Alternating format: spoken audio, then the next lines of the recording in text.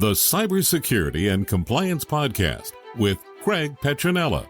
Learn about the most current IT security threats in ransomware, phishing, business email compromise, cybercrime tactics, cyber heist schemes, social engineering scams, as well as hints and tips from leading professionals to help you prevent hackers from penetrating your network and dropping ransomware or malware payloads. This podcast will arm you with the best info to defend your network against the latest cyber crimes. Don't forget to like and subscribe. And now, here's your host, Craig Petronella. Hi, listeners. It's Erin from PTG. And unfortunately, we lost quite a bit of our audio, about the first third or so of the stream. So if you would like to hear the full stream, feel free to check it out on any of the PTG social media platforms, YouTube, Facebook, LinkedIn, Twitter. But to catch you up, we are discussing the warnings that the Biden administration put out on Monday, along with the list of urgent cyber recommendations that they gave, in which the administration urges companies to execute the following steps with urgency. 1, mandate the use of multi-factor authentication on your systems to make it harder for attackers to get into your system. 2, deploy modern security tools on your computers and devices to continuously look for and mitigate threats. 3, check with your cybersecurity professionals to make sure that your systems are patched and protected against all known vulnerabilities. And change passwords across your networks so that previous stolen credentials are useless to malicious actors. 4, back up your data and ensure you have offline backups beyond the reach of malicious actors. 5, run exercises and drill your emergency plans so that you're prepared to respond quickly to minimize the impact of any attack. 6, encrypt your data so it cannot be used even if it's stolen. 7, educate your employees to common tactics that attackers will use over email or through websites, and encourage them to report if their computers or phones have shown unusual behavior, such as unusual crashes or operating very slowly. And finally, engage proactively with your local FBI field office or CISA regional office to establish relationships in advance of any cyber incidents. Please encourage your IT and security leadership to visit the websites of CISA and the FBI, where they will find technical information and other useful resources. Okay, so that's what we're going to be discussing in this podcast. And we also have the links listed in the description, so feel free to check it out and follow along. And now, without further ado, here is the rest of our podcast. Like I said with the cookies, you definitely don't want to make things easier, but I think the reality is that a lot of people, they just don't have a good grasp and good visibility into the current state of their endpoints and if they truly are secure or not, which is why we keep saying to go do these risk assessments and leverage technology like XDR and these other layers to make sure you do get a better grasp of that. But yeah, definitely take this order from Biden as a wake-up call. Let's just dig a little deeper, and full disclosure from us. Yeah, we're a cybersecurity company and we're here if you want to get a hold of a cybersecurity professional, but monetary gain is not our motivation. Like, we all expect to be rich off crypto by next month. We're not worried about that, but we really do want to help secure the nations because all of our children and loved ones live here. So this is very personal for us. And that's a true statement. And so this is alarming to me when I read this, because in the list of recommendations that they're giving, number 1 is MFA. And then they say to use modern cyber tools and contact a cyber professional. But here's why a cyber professional is so important and why it made that list. Because who really is equipped to deal with something like this? It says CISA verified that the threat actors successfully signed into one user's account with proper multi-factor authentication. In this case, CISA believes the threat actors may have used browser cookies to defeat MFA with a pass the cookie attack. Okay, so if the number 1 recommendation is MFA, but pass the cookie attacks can defeat MFA. This is also so complicated, and it's also serious because our lives have now become attached to the cyber realm. This is just really serious now. In the example that we talked about the other day, we were just talking about one music service, Spotify, that just as an example. And this is just one example to put it in a proper reference for people. But in their section, I was reading through about cookies, and I learned a lot about cookies that I didn't know, but there's all different types of cookies and levels of cookies and things that cookies do. And I guess if we were to look at this on a whiteboard and count the cookies and then knowing that there's past the cookie attacks, this is really something that you really need help with. Yeah, obviously we're talking about Biden's recommendations on this bulleted list of things to do, and we'll zero a little deeper into the multi-factor or MFA. We've talked about MFA a lot in previous episodes, but one of the things that I recommend is to avoid MFA with what's called an SMS text message because of a SIM swap attack. So you definitely want to try to use Google or Microsoft Authenticator when using MFA. But with the example that BJ just gave, if you use Authenticator with Google, for example, but you check the box to say, look, don't prompt me or authenticate me or don't bother me for 30 days. Now that cookie's on your system, and that's how they can bypass even the Authenticator type solutions, because you're giving authorizations to circumvent the prompt to authenticate by allowing the usage of a cookie, but you're also saying that you've done the due diligence and you're confident that your system is safe and secure and not being breached in any way. So that's why I recommend do not check that box so that you could harden your system a little bit and then obviously do the scans and do the other work to make sure. But try to use that Google Authenticator or Microsoft Authenticator with as many different types of solutions and websites that you can, because that's much more secure than SMS text. I was thinking too, one thing that this really highlights, this fact sheet, is another thing that we've been repeating over and over again, which is just how important it is to layer your cybersecurity. So like BJ mentioned, if somebody was able to get in with the MFA, okay, great. But if you have something like XDR or even a good antivirus or something, it's not going to catch everything, but it'll help. Even if it does get past this like initial layer of defense, if you have multiple layers, it's going to stop them at the next gate, basically. It's like having multiple protections. It's just more gates that people have to pass through or more locks that they have to unlock. That's such a good point, Erin. I like to mention something that's very cutting edge in each of our podcasts, just as food for thought. But yesterday we were talking about the breakthrough that Microsoft had with topological qubits, and the science of topological qubits. It's like a braided, like a woven design. And it's the same concept as what we're talking about right now. There's such an effectiveness when you have that type of a design because it's just like a shield almost. And then in topological qubits, quantum information can be stored there. And from a cybersecurity perspective, your security is woven. And that XDR layer, the reason that it is so critical is because you have that X factor that no one can really define or properly measure. There is no accurate system of metrology when it comes to machine learning because it's a huge question mark. And we just don't know the potential. But if you have something that has a neural network and it has the ability to learn from a machine learning perspective, like an XDR tool on your network, it's going to learn what's normal for your network. I can see that with my smart homes. It started to change how it interacts with me because it's learned what's normal for my home, what sounds are normal and things like that, because I have the settings turned up to pay attention all the time. So it alerts me if there's a cough or just things like that with presence sensing. And it is learning. It's learning what's normal for me. And the same thing goes with an XDR tool. It learns what's normal for your network. So although it's not coded with programming language to look for everything, because we don't know every threat yet, it does have the ability to learn what's normal on your network. And then when something out of place happens, even if it's not coded to look for that specifically, it can still see a pattern of something unusual. And that's where this thing can really be effective for people. Yeah, I think that's well said. I think the other thing is that even with these bulleted lists here, you have to really put in multiple layers at each bullet too. Because I think, BJ, a lot of people don't have that figured out as far as what is the visibility, what is normal for their network, because they don't have some of these technologies. So I think the first step is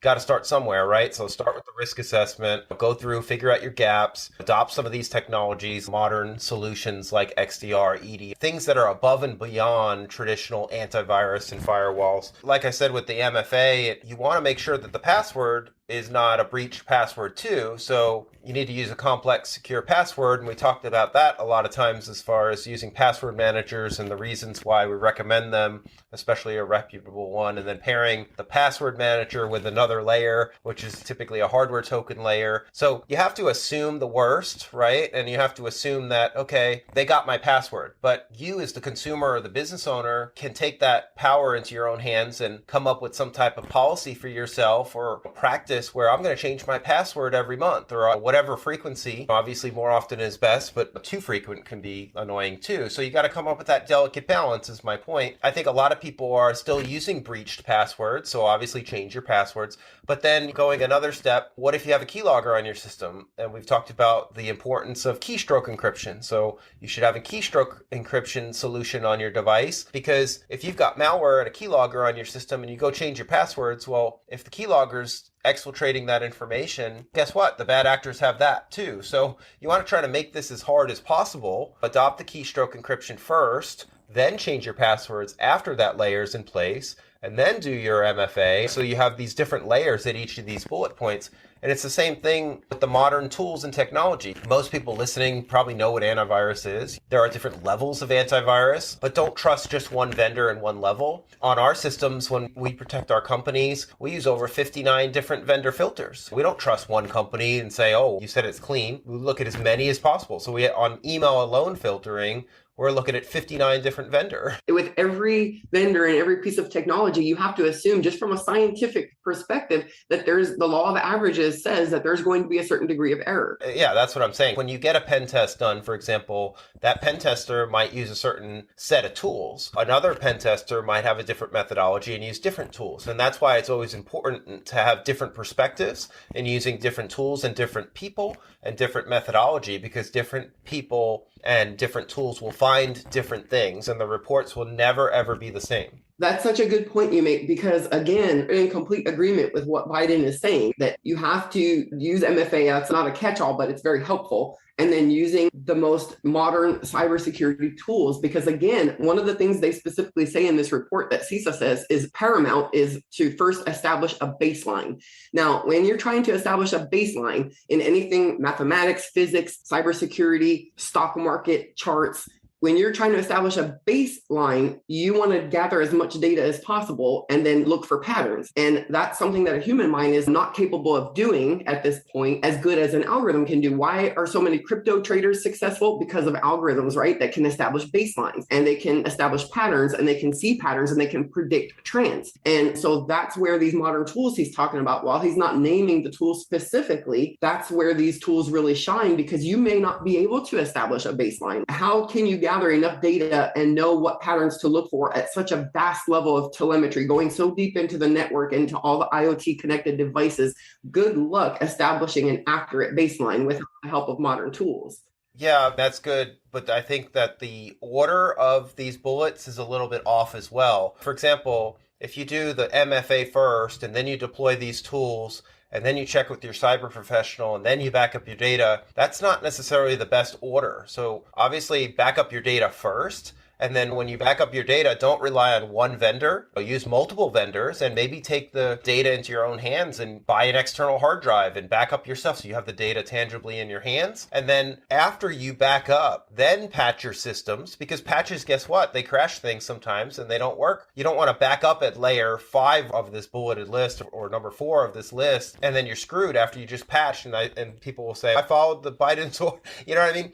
Greg, are you saying that when, for an example, if you're trying to build a pyramid, don't put the capstone at the bottom? But what I'm saying is, while these are great recommendations and I agree with them, the order of them is important, and I don't agree with the order is my point. And that's why, really, if you want to get this done the right way, you should really call a cyber professional first and then come up with a game plan. And your next thing to do would probably be back up everything, get that foundation. But I wouldn't do it necessarily in the order that's given here on this website. And that makes a big difference. If you build this cyber structure based off the order listed versus the order that you're suggesting, you're going to have two different end results. Yeah. And one thing to think about too is that if you contact a cybersecurity expert, people are probably afraid they're going to spend a lot of money, but you're actually probably going to end up saving money by calling a cybersecurity expert, because us, for example, we vet all of the solutions that we give. You don't want to waste your time throwing spaghetti at the wall waiting for something to stick. You're just wasting money. You're absolutely right. And that conversation or that process could be priceless, because if you hire that expert, uncovers issues, maybe you say, well, I already backed up. I've talked about this many times too. People think that they backed up and they might have bought software, they might have done something, but they never thought to test the backup. And we always recommend drills and testing. And you may discover, oh, well, I backed up some stuff, but I didn't back up everything that I need. Or maybe you forgot about your website and you didn't back up your website. There's all these different things that are part of your company, if you're a business owner, or even at home. People forget to back up their kids' photos, or they thought they had them backed up, but they didn't. Or they assumed that Dropbox or whatever program they were using was doing the backup. But then guess what? Maybe an update came out and it broke that and they didn't think to check it. And then before you know it, this is a true story. This has happened many times before. We were hired to do data recovery.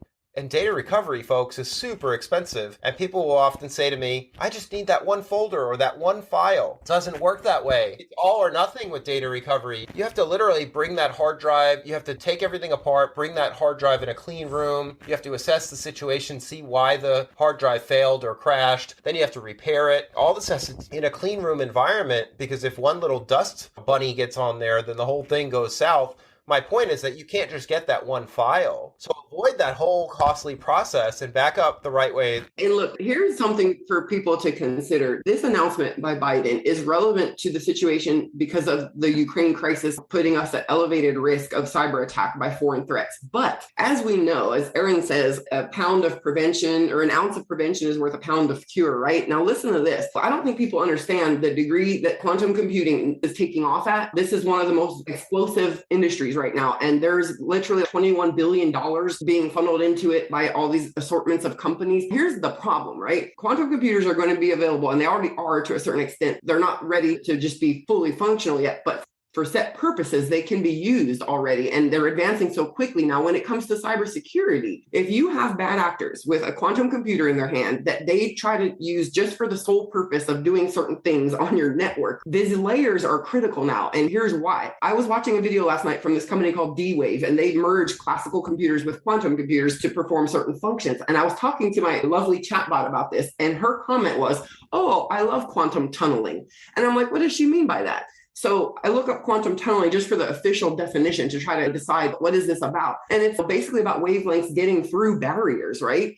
And these systems are already happening. You can use these systems already. You can pay the companies and you can use their quantum systems. Bad people can get these in their hands. And then when you have them trying to do very sophisticated attacks against you, right? A layered approach to cybersecurity is going to be your only shield. Put your shields up now. This quantum computing thing is taking off.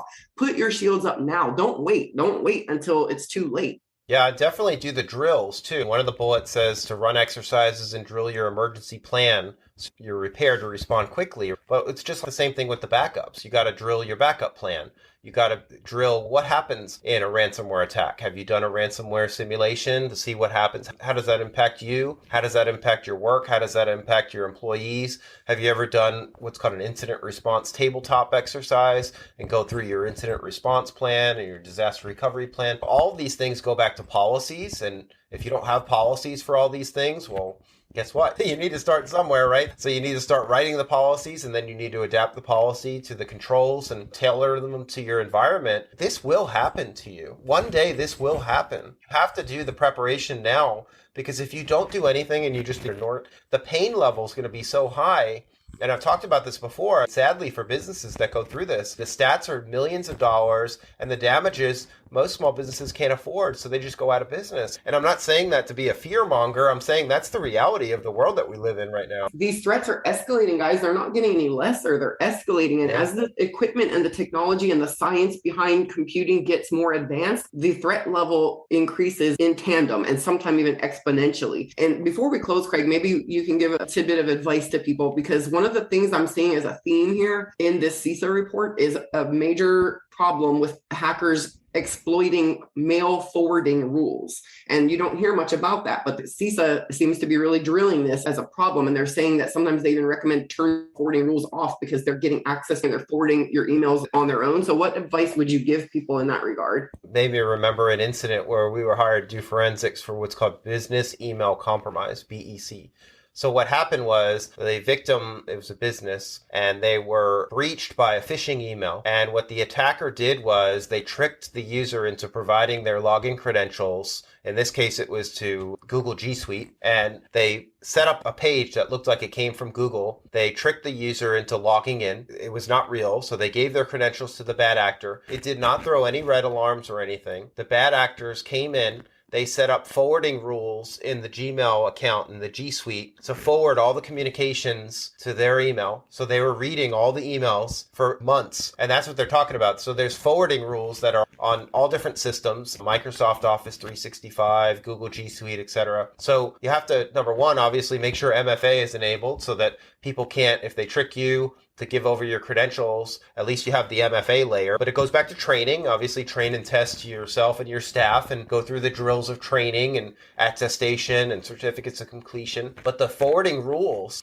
will allow anyone that successfully authenticates to send and spy on all your email communications. And this could be done on just your email or whoever could spider out into the rest of the company. That's how these bad actors gather all this information and treasure trove of intellectual property, and it becomes a nightmare. Out of curiosity, when that happens, is that going to be in a send receive folder or in the sent folder? Not necessarily. So rules could be set to cover tracks. And in this case, they were set to cover their tracks. No, it wouldn't be in the sent. It basically was at a higher level where any mails that were coming in were immediately forwarded to another address, but they weren't in the sent folder because it wasn't really a sent email from that user. CISO is saying here too that they're using mail forward rule creation to send your emails, especially with certain keywords like financial keywords and stuff. It says here that they're forwarding messages received by the users, specifically messages with certain phishing related keywords, to the legitimate user's really simple syndication RSS feeds or RSS subscriptions folder in an effort to prevent warnings from being seen by the legitimate users.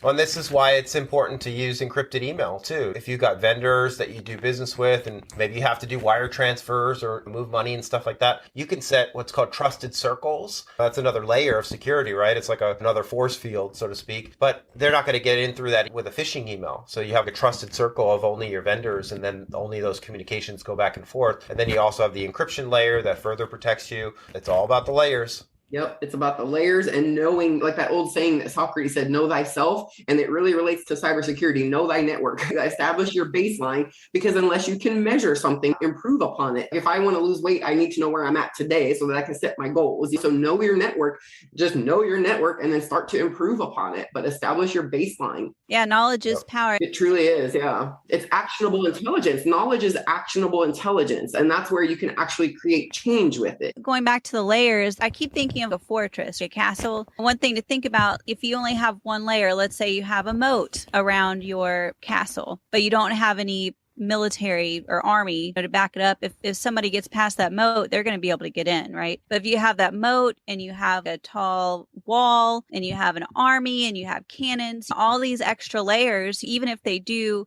get past the first layer or whatever, you're going to have backup. So it's important to think about what could happen and then find a solution to whatever could happen. That's why those drills and exercises are so important that I was saying with the incident response and the disaster recovery, the tabletop exercises, because you have to think about it and you don't just do it one time, you do it from different perspectives and scenarios. Okay, so let's say you're using Microsoft and you're using Microsoft OneDrive, for example, and maybe you use that for business and that comes with Office 365. Okay, that's great. But did you know that they're not responsible for data? Did you know that OneDrive is not backing you up? A lot of people don't know that. It's not just Microsoft. All the big providers typically hold themselves harmless in their terms and conditions where they say, look, we're not responsible for your data. That's on you. How many listeners out there are using Microsoft or Google or Amazon or different products that are out there off the shelf, but then assuming in their brain, oh, that big company's backing up? No, you have to take that upon yourself. And if you're not taking those layers upon yourself when they get hacked, because they do, the big ones get hacked too. The big myth was only the big ones get hacked. That's not true. But my point is that assume the worst and go through that exercise. Assume that Microsoft's hacked. Assumes you can't log in. What do? How do you get your data? What other redundancies do you have in place? And then you have to assume that, okay, I have this extra redundancy. I'm going to use this system to back up. Then you have to keep doing that in your company and keep checking all these different layers. Like Erin was saying with the moat and the cannons and all these different layers, try to find those single points of failure and eliminate them. Yeah. Another thing that I thought was really noteworthy about that, people are doing that for CMMC, NIST, DFARS, all that, but they don't even encrypt anything, do they? GCC High does have encryption. It's not the most strong end-to-end encryption, but it does leverage encryption. But there's limitations to the GCC High platform where if you're not part of the ecosystem, it doesn't work. Both sides have to be part of the ecosystem, and the usability or the workflow may or may not work for certain companies because that's a pretty tight loop there. There's always the right tool for the job, so to speak. In my opinion, GCC High is an expensive solution for most companies. For really large companies, so maybe it's a good fit. But for anybody dealing with sensitive information, you cannot use any kind of commercial product unless it's been security hardened specifically. Amazon's world and Google's world, everything. Amazon has GovCloud. You have to use GovCloud if you're dealing with sensitive, in this case, CMMC, CUI information. You can't use just regular Amazon. You have to use the GovCloud platform. And it's the same with Microsoft. GCC High is their hardened, more secure offering. The commercial products like Microsoft Teams and Microsoft Office 365 commercial, those are not compliant. So a lot of people don't know that either. And then guess what? There's no migration path. So you got to build and architect a whole new solution in that more secure environment. Yeah. And if you're out there and you feel lost in a sea of all this, it's a lot of stuff. A good starting point just might be a pen test, because then when you do a pen test, that's invaluable information because you're literally engaging people that have the same level of expertise, if not higher, than the bad guys that can poke around in your network and your devices and see what they uncover, because it's just a lot more fruitful if you know your vulnerabilities and you can patch them before someone else finds them. Yeah, and I think maybe we can get more into that tomorrow. I think that would be a great topic because I think a lot of people don't necessarily see the value in a pen test or an assessment. We've done pen tests against, we won't name any names, obviously, but very large financial institutions that have a big presence in a certain geographical area, and pages and pages and pages of vulnerabilities that we discovered. This is high-tech equipment, huge IT department, a whole cyber department, and pages of vulnerabilities we delivered to them. So this is the state of things. There's no price tag that you can put on proper preparation. But to end on a good note, this is a lot of stuff, and it's a lot to worry about. The bright side is that anything you go through that's difficult can yield really good positive outcomes. But you hear lots of people talking about the rise of AI and this metaverse and virtual reality. And if you really think about it along those lines, we're heading in that direction. The cyber realm is their space, right? And so doing your due diligence to take your area of cyberspace seriously and secure it, I would assume that when you form that shield, if you tighten that shield enough and harden your security enough, eventually that shield might look more like a spark from the distance. And you might position yourself in a very good way. So it's just a really good idea to take cybersecurity seriously now, because it's not just you that depends on the security of your network. And speaking too of the pen test and the assessment and things like that, you're saying that you can't put a price tag on it, but also going back to what I was saying before, if you do a pen test, contacting a cybersecurity specialist before you implement a whole bunch of things that are incorrect. It's the same thing with an assessment. It's just like going to the doctor and getting a physical before you come up with a solution, right? Because you don't necessarily know what's wrong until you get an overview of everything, and knowing where your vulnerabilities are, that's a great place to start. What's the first step in the scientific process is identifying the problem, right? So you have to do some discovery to identify where exactly you need to harden your security. And I think that's also important. And that's something that people miss a lot. And I think even before step one of that scientific process of identify the problem, I'd say there's a step zero, and that's just observe. For how many years have we been using the internet and we've really not paid it any attention from a perspective of hygiene